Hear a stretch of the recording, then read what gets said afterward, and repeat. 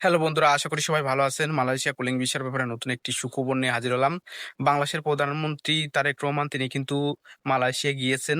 আজ সোমবার, আজকে মালয়েশিয়া থেকে চীনের উদ্দেশ্যে রওনা দেবেন। তো যারা মালয়েশিয়া যেতে চান, মালয়েশিয়া কুলিং ভিসা খোলার উদ্দেশ্যেই কিন্তু গিয়েছে তারেক রহমান। সেখন সিস্টেমে মালয়েশিয়া কর্মী নেওয়া হবে। তবে সীমিত আকারে রিক্রুটিং এজেন্সির অনুমোদন দেওয়া হবে। সীমিত পরিমাণ এজেন্সি দ্বারাই কিন্তু মালয়েশিয়া যেতে হবে। যার কারণে সিন্ডিকেট কিন্তু হওয়ার সম্ভাবনা অনেকটাই। সিন্ডিকেট হয় দেশের মাধ্যমেই। বাংলাদেশ থেকে রিক্রুটিং এজেন্সির তালিকা প্রকাশ করবে। মালয়েশিয়া সেই রিক্রুটিং এজেন্সি দেখে বেছে কিন্তু তাদের অনুমোদন দেওয়া হবে, লাইসেন্স দেওয়া হবে। তো যার কারণে সিন্ডিকেট হওয়ার সম্ভাবনা অনেকটাই আছে। যারা মালয়েশিয়া যেতে চাচ্ছেন, মালয়েশিয়া ক্ষেত্রে কিন্তু প্রতিবারই দেখা যায় সিন্ডিকেট হয়। তো আগেভাগে কেউ টাকা পয়সা পাসপোর্ট লেনদেন করবেন না, সাবধানতা অবলম্বন করবেন যেহেতু সিন্ডিকেট হয় মালয়েশিয়া কর্মী যেতে। তো তারেক রহমান গিয়েছে, সে আসবে।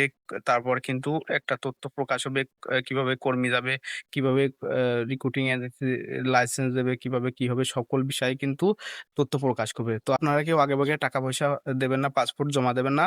যে সকল রিক্রুটিং এজেন্সির লাইসেন্স দেওয়া হবে সেগুলো কিন্তু সরকারি মাধ্যম বা ওয়েবসাইটে দেখতে পাবেন। তারপরে কিন্তু তাদের মাধ্যমে মালয়েশিয়া যেতে পারবেন। তো যাই হোক, ভিডিওটি ভালো লাগলে লাইক, কমেন্ট, শেয়ার করবেন এবং চ্যানেলটি সাবস্ক্রাইব করবেন মালয়েশিয়া কলিং বিষয়ে তথ্য